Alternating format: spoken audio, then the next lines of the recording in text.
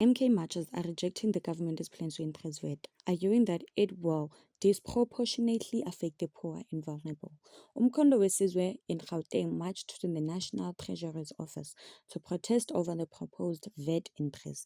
MK handed over the memorandum of demand to the South African Reserve Bank to cancel the 2% VAT increase. MK calls for government to find alternative plans to recover 60 billion lost to corruption, reducing GNU salaries, and increase taxes on big business. Yes, the MK to submit a memorandum of demand to the South African Reserve Bank that they must cancel the 2% increment, but also we are saying they must rescue the Ithala Bank. We are saying no to the liquidation of Ithala because the Ithala Bank is the only bank that funds African people, that funds black people in particular, unlike the commercial banks.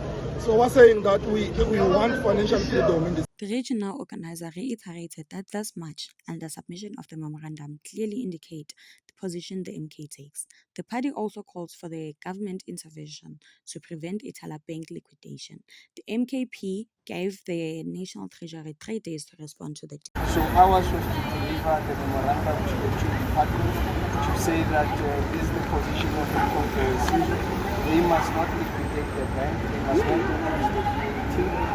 Obviously, the prerogative is theirs as to whether they are going to do it or not. But we are successful to the point that we've raised our demands sharply. 2025 budget speech was delayed due to the proposed VAT by the Minister of Finance that received backlashes from many parties, including those in the GNU and some people within the ANC. The increase in VAT proves to be the burden to the working class and for people to do the march because they are fighting for their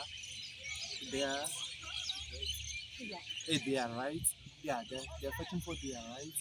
Yeah, because of if they keep on increasing the VAT, they're going to affect other people who don't have Veterans March from the Pretoria Church Square to the Department of Treasury and the SA Reserve Bank, marching to the 2% VAT increase that they are rejecting and the revised 0.75% of the liquidation of Ithala Bank. In conclusion, they gave government 3 days to withdraw the issue or they will retaliate again. Pagamamzin News, Pretoria North.